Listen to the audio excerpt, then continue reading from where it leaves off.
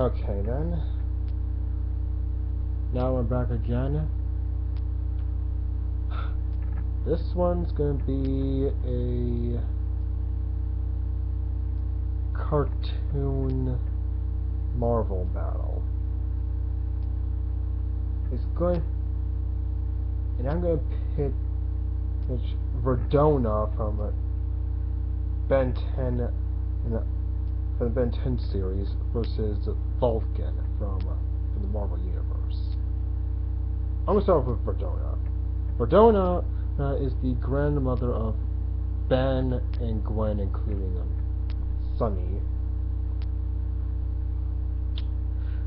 She's also part of an alien race known as an Anodite. Now, for those who don't know who the Anodites are, they are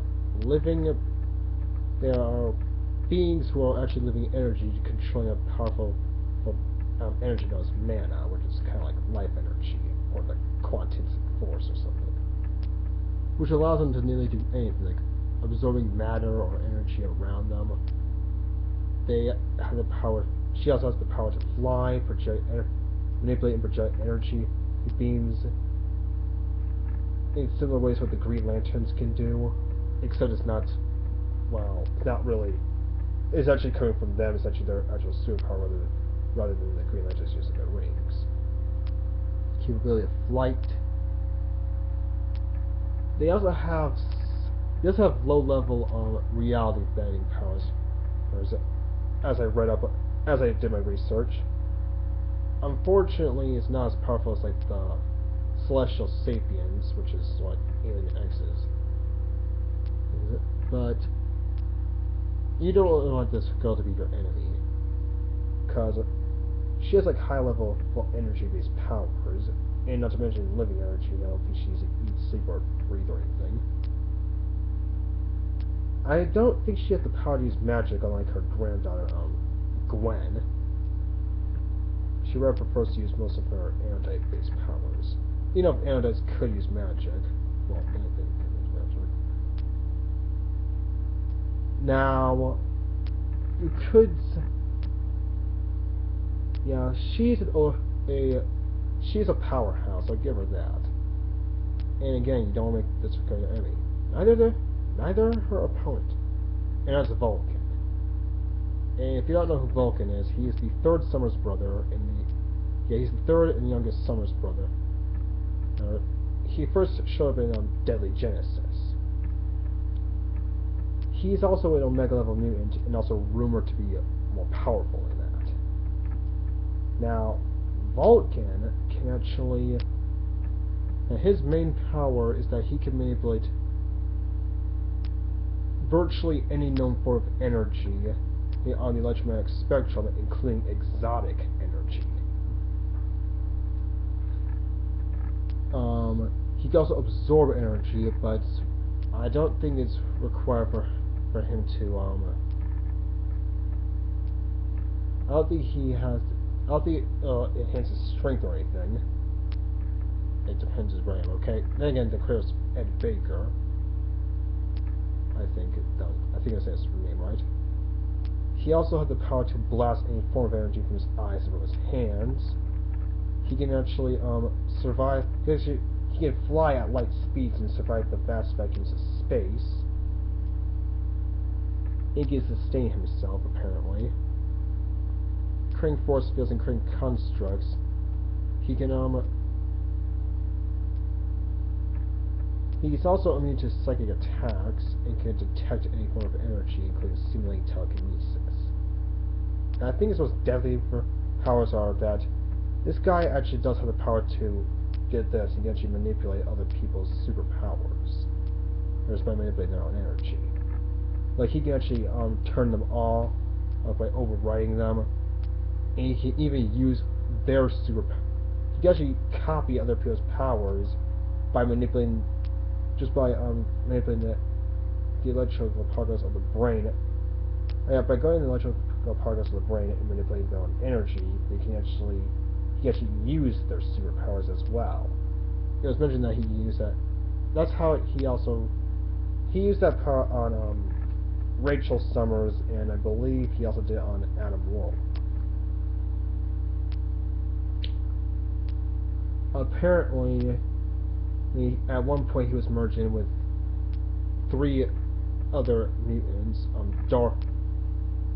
Darwin uses adaptation process of living energy absorbed 2 other people like Terra and Shui, and merged in with him by turning it, because he turned to living energy, gaining all their powers. So basically, one time he had the power to use adaptations. He's a Darwin. Shui had time manipulation, and a Geo Girl. Terra, yeah, there's a female. There's a Marvel's Tale too. They also manipulate. I don't know if I'm saying their name right, but he also got like Earth, like a geokinetic-based powers. And also, according to his creator, he had the hidden potential of to manipulate the 7 elements. You know, fire, water, earth, wind, electricity, light, and darkness.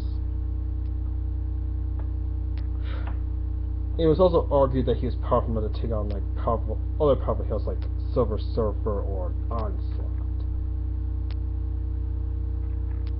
This guy is one of the most powerful mutants I've ever looked up on it.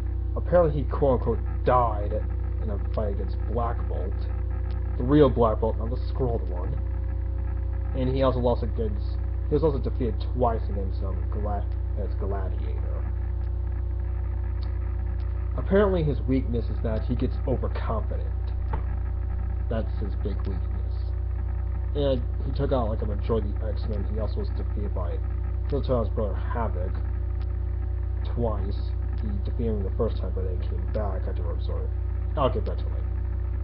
So in the fight between Verdona and Vulcan, I also forgot to mention that Anodites also have like some sort of psychic abilities as well, but that's not going to help against Vulcan, particularly the telepathy or illusion casting things. Verdona is not the one to kill. Like, she might... I could just see Vulcan being... actually being very... impressed with their power and wants to use it. Verdona's not going to do that, but except I don't think Verdona will kill Vulcan, but Vulcan will pretty much will. Now what will go in their favor is that I forgot to mention that animals have the power to increase their size. I do not know if Vulcan is. I don't know if. Yeah, this one's going to be like. It's basically going to come down onto this one of these air battles. Like, one won't kill, but the other one will. But again, he'll get. Remember, Vulcan can manipulate energy, all types of energy. So, okay, that seems scary, especially when I mentioned when he can use their own powers. I mean, could you imagine it? Vulcan with the powers of an Anodite? Hey, plus his own? That's scary. And plus, if she's living energy, couldn't Vulcan just absorb her? Again, that's scary. She'll have all of her powers.